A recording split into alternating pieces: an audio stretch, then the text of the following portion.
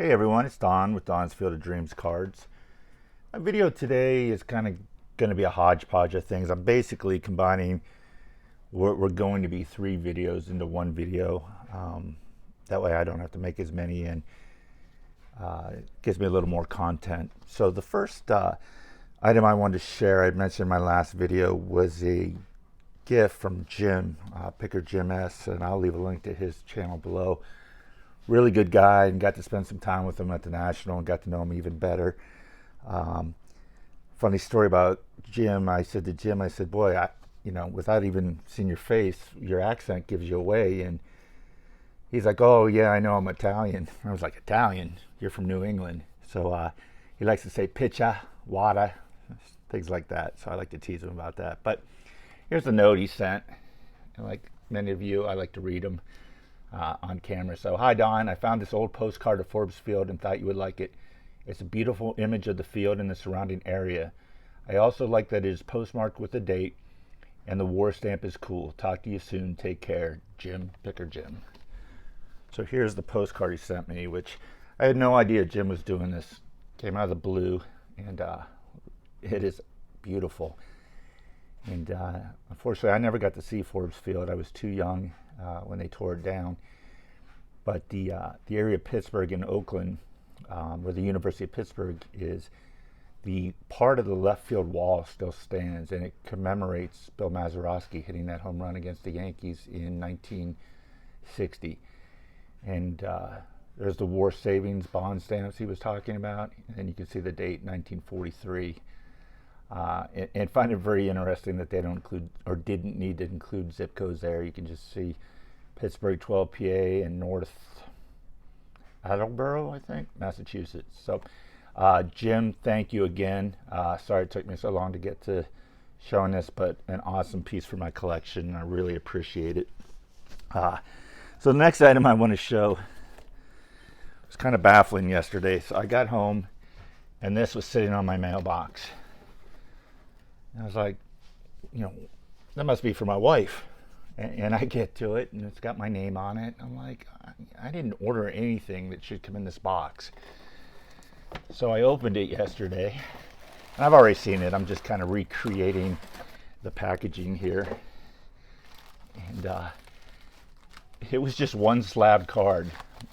But my wife was like, what all did you get in that box? And I'm like, well, I got a great item, but never got a card shipped to me and a big box like that. It was kind of overkill. They usually, as y'all know, come in those padded envelopes. So I thought it was kind of amusing to see this big ass box sitting there for one card. But I had another Clemente in my collection, and saw this on eBay, Googled his name, found that he had a store, made the guy an offer and saved some money on it. So beautiful 1960 Clemente. Little bit of a ding or crease. Can't really even see it on camera, but if you can't see it on camera, that means it's not that bad, right? Nice back. So just a beautiful card of Clemente. So very excited to add that to my collection. There's a couple other random pickups. One card's pretty good. The other one's nothing major. Picked up a Project 70 card. Got this for $9. Cheaper than what you buy these new for. And don't collect many of these. If I typically just get Musial, Clemente, and Aaron, and only if they kind of look like artwork. I'm not as into the crazy, funky stuff that some of the other artists make, and a lot of people like. I'm more of the traditional type guy. Who did?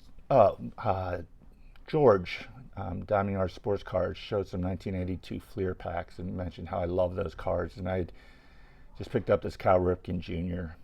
From that set, one of my favorites in the set.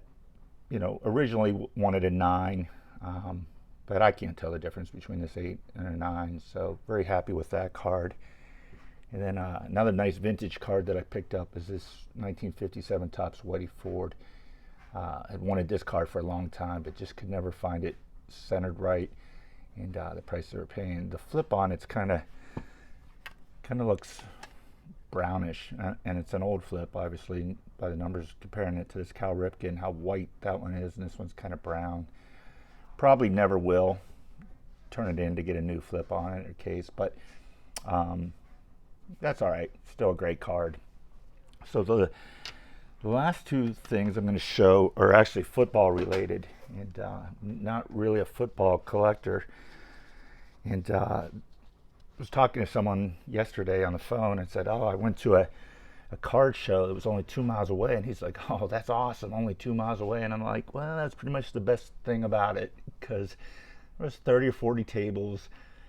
Mason Rudolph, the backup quarterback for the Steelers, was signing autographs. Buster Douglas was there signing.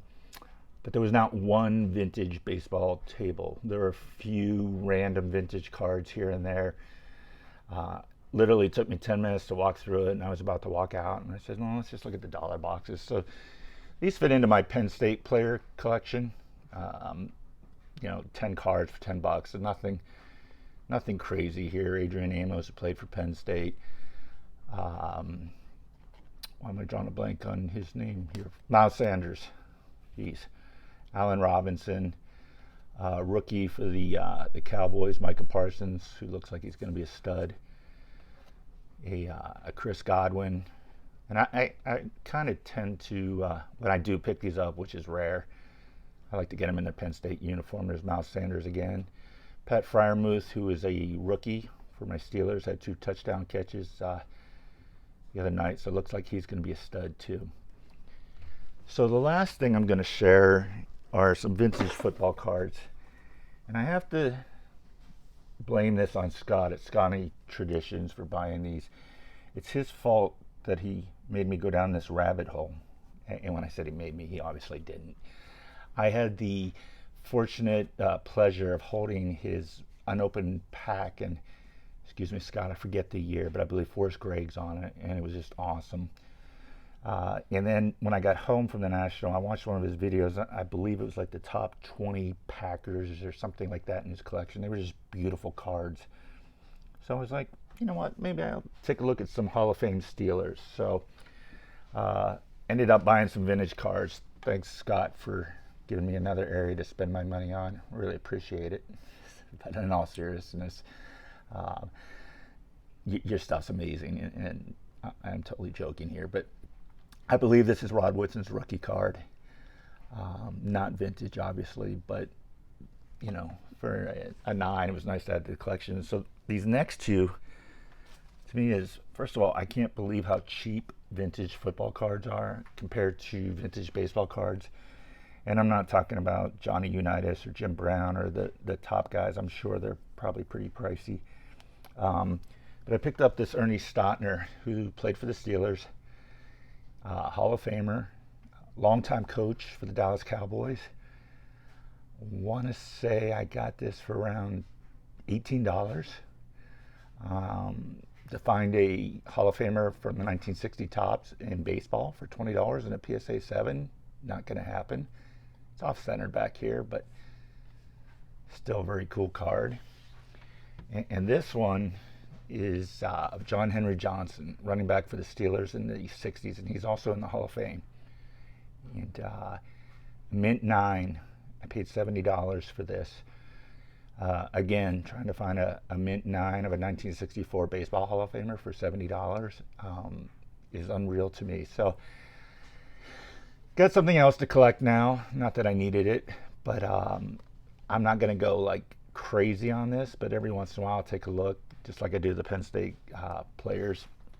And if I see a Steelers Hall of Famer that I like, I mean, there's so many, Troy Polamalu, Mike Webster, Kevin Green, Terry Bradshaw, Franco Harris, Lynn Swann, John Stallworth, Ham and Lambert. I can go on and on. So it was, this was actually more of an inspiration from Scott. And, and I'll actually put a link to his channel too, because his cards are top end, all Packers stuff. But, not only does he show the cards, he knows the history of these guys. And that's what I enjoy a lot. As much as I like seeing everyone's cards, if someone knows a little something about the card or the player, or I learn something from it, that's what I really like. So, as always, guys, appreciate you watching my video, and I'll talk to you soon.